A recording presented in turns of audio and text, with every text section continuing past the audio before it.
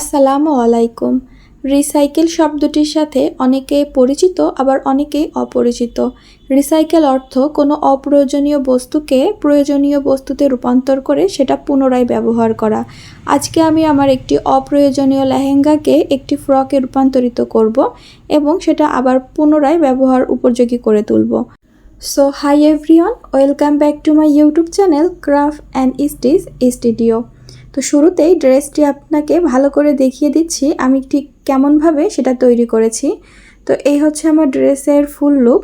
তবে প্রথমে আমি আমার লেহেঙ্গার নিচের অংশটি আমার মূল মাপ অনুযায়ী কেটে আলাদা করে নিব। দেখুন আমাদের উপরের পার্ট আছে 14 ইঞ্চি, তাহলে আমাদের মূল ঝুল অর্থাৎ 42 ইঞ্চি থেকে 14 বাদ দিয়ে আমরা সেলাই মার্জিন সহ নিচের ঘেরটি 28 ইঞ্চি বরাবর কেটে নিব।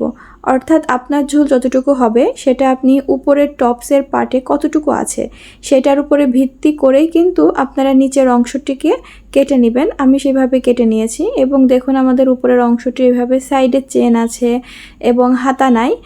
এইভাবে করে কিন্তু আমাদের এই টপসটি আমাদের রেডিমেড কিনা হয়েছিল। এখন আমি এটাকেই জাস্ট চেঞ্জ করব এবং এটার সাথে আমি হাতাটি অ্যাটাচ করেও দেখাবো। তবে এই হাতাটি কিন্তু ছোট হাতা, এটাকে আমি বেঁচে যাওয়া কাপড় দিয়ে বড় হাতায় রূপান্তরিত করব। বেঁচে যাওয়া কাপড়টি ঠিক নিচের অংশটি আমি কেটে সোজা করে নিব যাতে আমাদের হাতাটি অ্যাটাচ করতে সুবিধা হয় এবং নিচের দিক থেকেও সেমভাবে আমরা ফলসের কাপড় সহ কাপড়টি সোজা করে নিয়ে সোজাভাবে দাগ দিব এবং র্যান্ডমভাবে একটি দাগ দিয়ে নিব। দিয়ে জাস্ট আমরা হাতাটি জয়েন্ট করার পরে মেজারমেন্ট অনুযায়ী কেটে নেবেন। তো এইভাবে করে আমি হাতাটা কেটে পরবর্তীতে এটি আমি সেলাইয়ের সময় আপনাদের দেখিয়ে দিব কিভাবে কমপ্লিট করলাম। এখন আমাদের এই উপরের যে অংশটি ছিল লেহেঙ্গার সেটার সাইডের চেনটি আমরা খুলে নিব। যেহেতু এটা আমাদের এখন আর লেহেঙ্গা থাকছে না, এটা আমরা একটা ফ্রক বানাচ্ছি, তো এই জন্য আমাদের এই সাইডের চেনের প্রয়োজন হবে না। এটা আমি খুলে জামার মিডিলে লাগিয়ে নিব। তো এইভাবে করে খুলে নিলাম এবং জামার ঠিক মাঝ বরাবরে আমি একটি কাপড় দিয়ে অর্থাৎ সাদা কাপড় ব্যবহার করে আমি মাঝখানে চেন বসানোর জন্য একটি ঘর তৈরি করে নিলাম এবং একদম সেলাইয়ের মাঝ দিয়ে আমরা কাপড়টি কেটে নিব। দেন আমরা এই মাঝখানে এই চেনটি আমরা একেবারে সুন্দর করে কোনা ঘুরিয়ে এবং উপরে যে বাড়তি কাপড় রেখেছিলাম সেই অনুযায়ী চেনটি লাগিয়ে নিব। পরবর্তীতে আমি হাতাটি সেলাই করে দেখাচ্ছি। দেখুন আমাদের নিচের কাপড়ের উপরে আমি ফলসের কাপড়টি সেলাই করে সেটা উল্টো দিকে ফোল্ড করে নিলাম এবং এর উপর দিয়ে আমরা হাতার সেলাইটি করে নিব। এখানে আমরা দুটো সেলাই দিয়ে নিচ্ছি। যেহেতু এটি একটি লেহেঙ্গার নিচের অংশ, সুতরাং কাপড়টি একদম প্রপারভাবে সোজাভাবে থাকবে না, এটাই খুবই স্বাভাবিক। তারপরেও আপনারা চেষ্টা করবেন যতটা সোজাভাবে করে নেওয়া যায়। দেন আমাদের এই কাপড়টি আমরা উপরে রেখে সেলাইটি করে নিব।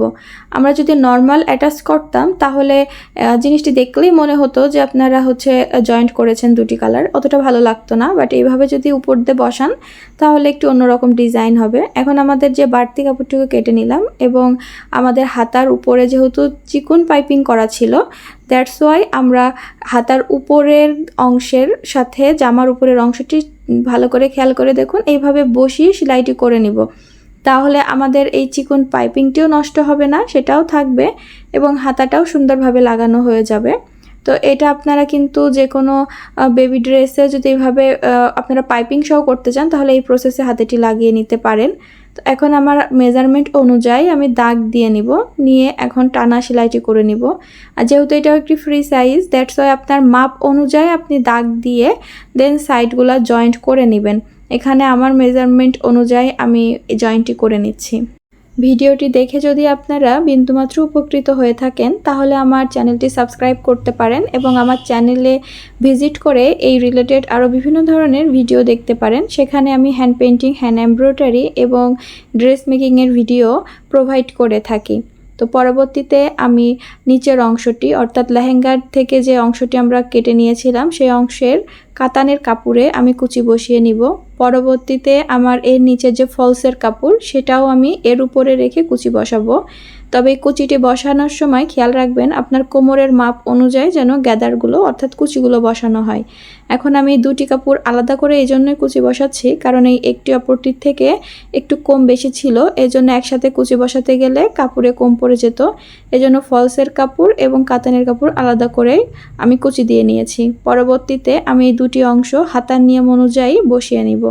আশা করি আপনারা বিষয়টি বুঝতে পেরেছেন যে আমরা কিভাবে একটি ড্রেস নষ্ট না করে সেটা রিসাইকেল করে ব্যবহার করতে পারি।